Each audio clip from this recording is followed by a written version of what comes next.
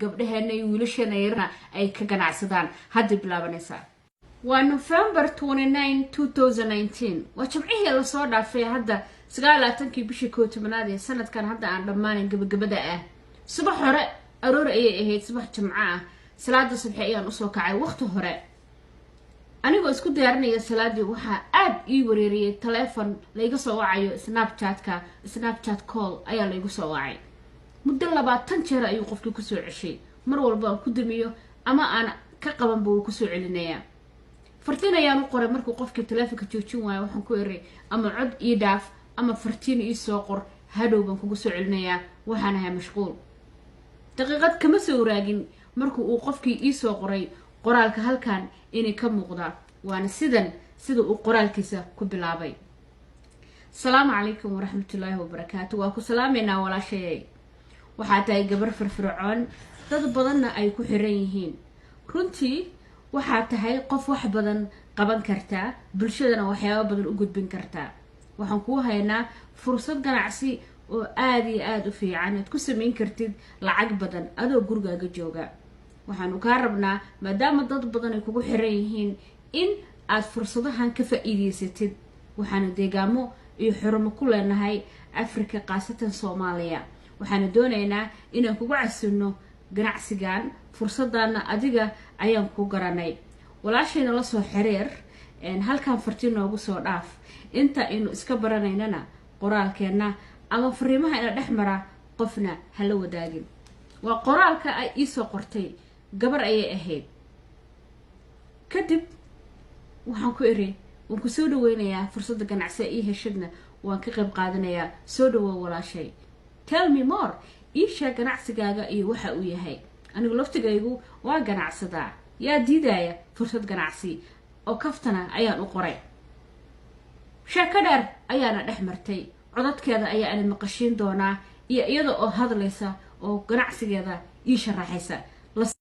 koorintaana gabadha codkeeda iyo sheekadeeda ee maqashiin iyo su'aalihiina dhex maray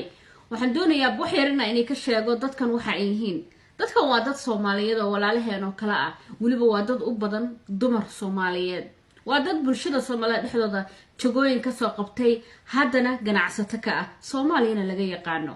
laakiin shaar kale ay ganacsigan marka ay fulinayaan ama ay sameynayaan ay soo gashtaan waxay ku nool yihiin gabi ahaan Soomaaliya oo dhan meel walba ay ka joogaan dadka waxay ugu sheekeeyaan waxaan ka gadaynaa xubnaha jirkaaga waxaana ku siinaynaa lacag u dhaxaysa 100,000 ilaa iyo 50,000 oo dollar waxaadii aad caafimaad qabtid kalidaadu da'daada caafimaadkaaga ayay ku xiran yahay qiimaha xubnaha jirkaaga laga siisanayo jirka xubnahaaga oo dhan ayaa loo baahan yahay gamcaha lugaha indhaha ilkaha beerka kaliyaha wadnaha iyo waliba dumarka jira 15 sano ilaa iyo 35 sano ilma lagu abuuranaya waxa laga saxiixayaa contract 2 sano ina ayaga la joogaysid inta cuniga aad ka dhalaysid lagu abuuraya hawshaas oo la qabanayo kadibna hadda marka cuniga aad dhashid shaqo kale ayaa laga qabanaya dadkan ganacsigan marka ay sameynayaan waa dad qarsoon weeye dad Soomaaliyo inagoo kalena waay oo walaalaheena laakiin dadka ka dambeeya oo ganacsigan maalgeliya ama sameeya waa dad ajnabi ah oo caalamka ka imaaday laakiin Soomaaliya gudaheeda dad ka sameeya waa dad Soomaaliyo oo waliba dumar ah gabadhan waxay tiri oo hadaladeeda ayna maqashinaya kamida xubnaha jirka ayaanu iibinaa dadka waxaan ku soo qalnaa oo geynaa Ethiopia iyo Kenya laakiin taasi waa been xubnaha jirka waxa lagu soo qalaa badda dusheeda markab saaran ayaa lagu geynayaa oo Soomaaliya jooga hadba meel ayuu ku xirtaa markabkaas qofka marka la kaxeeyo deegaanada Soomaaliya tuulooyinka iyo gobolada iyo caasimadaha Soomaaliya iyo dadka laga ugaarsadaa ilmaha waa la xadaa gabdhaha yar waa la qaadaa wax kasta qofka waa la waayay waa dhintay ma ogid laakiin halkaas ayaa la geeyaa markabka dushiisa lagu qalaa qofka wixii la rabaa laga la baxaa kadibna badda ayaa lagu tuuraa sheekadan businesska ayaa jiro oo Soomaaliya ka socdo anigan in la hadlayo ay qofkaas ama dad kamid ah qofkaas ila soo xiriiray xiriirkiisa iyo sheekooyinkiisina sidan ayay noo dhaxmareen koorintaana gabadha codkeeda iyo sheekadeeda ee maqashiin iyo su'aalihiina dhexmaray waxaan doonayaa wax yarina inay ka sheego dadkan waxa ay yihiin dadkan waa dad Soomaaliyeed oo walaalaheen oo kala ah waliba waa dad u badan dumar Soomaaliyeed waa dad bulshada Soomaaliyeed dhexdooda jagooyin ka soo qabtay haddana ganacsato ka ah Soomaaliyana laga yaqaano laakiin shaar kale ay ganacsigan marka ay fulinayaan ama ay sameynayaan ay soo gashtaan waxay ku nool yihiin gabi ahaan Soomaaliya oo dhan meel walba ay ka joogaan dadka waxay ugu sheekeeyaan waxaan ka gadaynaa xubnaha jirkaaga waxaan ku siinaynaa lacag u dhaxaysa 100,000 ilaa iyo 50,000 oo dollar waxaadii aad caafimaad qabtid kalidaadu da'daada caafimaadkaaga ay ku xiran yahay qiimaha xubnaha jirkaaga laga siisanayo jirka xubnahaaga oo dhan ayaa loo baahan yahay gamcaha lugaha indhaha ilkaha beerka kaliyaha wadnaha iyo waliba dumarka jira 15 sano ilaa iyo 35 sano ilma lagu abuuranaya waxa laga saxiixaya contract 2 sano ina ayaga la joogaysid inta cuniga aad ka dhalaysid lagu abuuraya hawshaas oo la qabanayo kadibna hadda marka cuniga aad dhashid shaqo kale ayaa laga qabanaya dadkan ganacsigan marka ay sameynayaan waa dad qarsoon weeye dad Soomaaliyo inagoo kalena waaye oo walaalaheena laakiin dadka ka dambeeya oo ganacsigan maalgeliya ama sameeya waa dad ajnabi ah oo caalamka ka imaaday laakiin Soomaaliya gudaheeda dadka sameeya waa dad Soomaaliyo oo waliba dumar ah gabadhan waxay tiri oo hadaladeeda ayna maqashinaya kamida xubnaha jirka ayaanu iibinaa dadka waxaan ku soo qalnaa oo geynaa Ethiopia iyo Kenya laakiin taasi waa been xubnaha jirka waxa lagu soo qalaa badda dusheeda markab saaran ayaa lagu geynayaa oo Soomaaliya jooga hadba meel ayuu ku xirtaa markabkaas qofka marka la kaxeeyo deegaanada Soomaaliya tuulooyinka iyo gobolada iyo caasimadaha Soomaaliya iyo dadka laga ugaarsadaa ilmaha waa la xadaa gabdhaha yar waa la qaadaa wax kasta qofkii waa la waayay waa dhintay ma ogid laakiin halkaas ayaa la geeyaa markabka dushiisa lagu qalaa qofka wixii la rabaa laga baxaa kadibna badda ayaa lagu tuuraa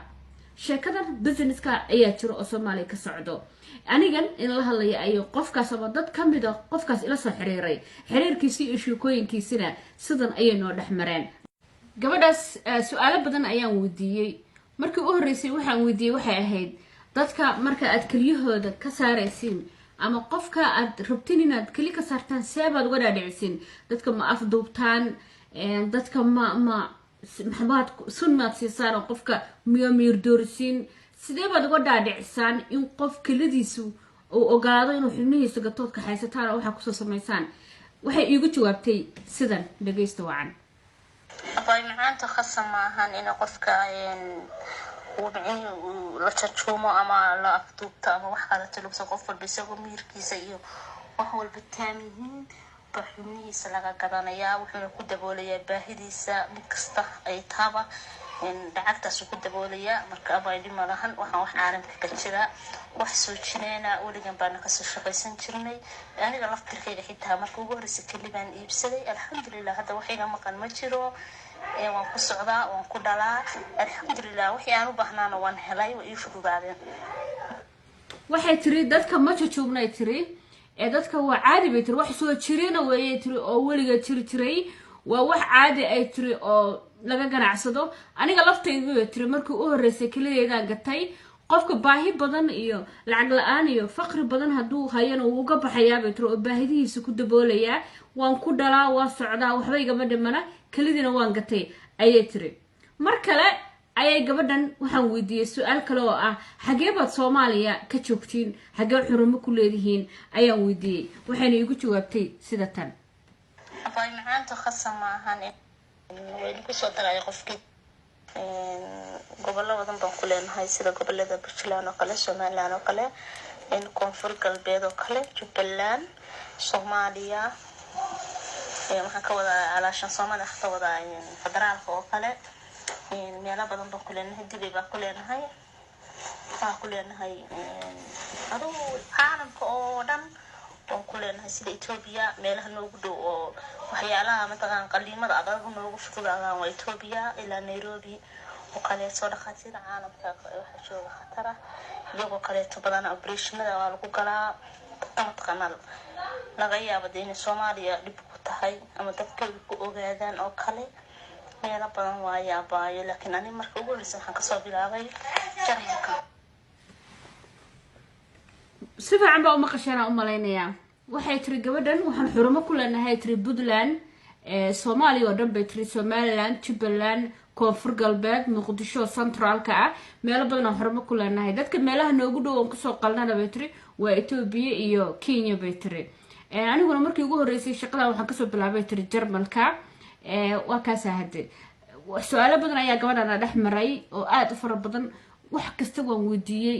marka waxaan rabaa inaan uga digo ummadda Soomaaliyeed ee video-ga gaari doono hadii lahayd ma adeegsatidna waxaan ka codsanayaa inaad share garaysid in waxabahan oo kale la isaga digo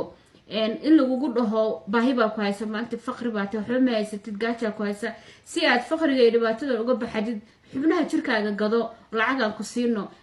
garantii ma ahan baahi kuma geyn karto inaad jirkaaga gadatid ha ku dhiiranin maxaa yeelay qasab ma aha Ethiopia iyo Soomaaliya mid dadka lama geeyo Kenya dadka badda markab dushiisa saaran ayaa lagu qalaa xubnaha ee jirka lagala baxaa kadibna baddaas ayaa lagu darayaa haday xitaa dhaqaatiir ku qasho oo Ethiopia iyo Soomaaliya Kenya ma kasta lagu soo qolayo Jarmalkaba mar walba meedkaagii waa la tuuraya qashinka lagu daraa biyaha la raacinaya qof kasta oo Soomaaliyeed video-ga gaaro waxaan ka codsanayaa inuu share gareeyo waxyaabaha noocan oo kale ah isaga digno hadii social media laga la soo xiriiro oo lagu yiraahdo waxaan dad noocaas ganacsi baan ku haynaa fursad ganacsi maalgelin baan ku siinayna dadka gaarsii warkeena xubnaha gateen dadku waxyaabaha nagala shaqee waliga hayeelin dambi waxa way aad u weyn xubno bilaadan ka ganacsatay raqadaadna ay gasho oo qof bilaadan nafsadiisa adigu gacantaada ku dasho dadkan waa gacan ku dhiglayaal way dadka dhiigoodi bay caadaysteen dadkii baro inay baabi'iyaan meelaha ugu badan oo laga waaso dawladda ka jirnin oo dadka lagu dhibaateenayo waa Soomaaliya ilmihii baa la weynaya gabdhihii baa la waayay wiilashii baa la waayay dad badan baa ubadkooda meel maanta jira aan garanaynin hooyooyin badan baa meel jaani cirib dhigan aan la garanaynin waxaan ka codsanayaa qof walba oo video-ga gaaro inuu si share gareeyo hadii waxyaabahan oo kale social media lagu yimaado oo social media laga weydiiyo oo social media lagu soo xiriiro oo waxaan oo kale lagu soo bandhigo hadaa hadii lagu dhaw maantiiba joogaago dahaba $1 million lagu siinaya waxaan oo kale ha qaadaneen waa wax aad u xun weeyaan وانا wax wadankeena baabiyo umada Soomaaliyeed ku jirna Ilaahay subhanahu wa ta'ala ha ka soo hanuuniyo ku jirna Ilaahay subhanahu wa ta'ala ha ka saaro wax caadi ay kaaga dhigayaan waa caadi wax soo jiray adduunka dhan bay ka jirtaa ana sameeyay anaga sameeynay dad badan baa sameeyay been weeyaan maalinka lagu ku haysto oo lagu qaato sida rabaa laga yeeliyaan naftaada dambe iyo adiga lagu ma arkay xubnahaagana waa la baxaya inta bay doonayaan Ilaahay subhanahu wa ta'ala kuwa dadka ha ka qabto annagana ha naga qabto video-ga Arabina in la wadaago umada Soomaaliyeed aan la wadaago waxaan waxa la iga sheekay maaha waa aniga dadka ila xiriireen kadib markaan isdee dhibaato badan dhex martay su'aalo badan weydiin aniga dhan waa lay bloogay awalba Snapchat ka wada hadalnay way diideynay WhatsApp-ga la xiriirto way diideynay telefoon isii meel aan kula soo xiriiro waayo su'aalahayga ayaa iyadana waxay galiyeen shaki iyo tuhun ah maxay waxaan rabtaa inuu ogaato waayo waxa soo dhan ina shaki ee dareentay aniga qof waxaan ku wixii qarsan karin hadana qof isla markiiba fahmi karta meesha dhibku ka jiro ayaan alxamdulillah ilaahay aqli maskax u nasiiyay wax ku kala garano isla markaas uu isaka xirtay wax kasta inay ii ogolaatana weydiida laakiin social media ay ka dhex qaraabtaan oo qodadka ay la xiriiraan waliba waxay kugu deeyaan inay wax walba ka raadiceen wax caadi ah kaaga dhigaan lacago iyo maal adduuna ku jeclaysiiyaan alla iska ilaalisho hadii Ilaahay yiraahdo video-ga si share gareey gaarsiin walaalaha kala Soomaaliyeed aad baad ugu mahadsantahay daawashadaada assalaamu calaykum waraxmatullaahi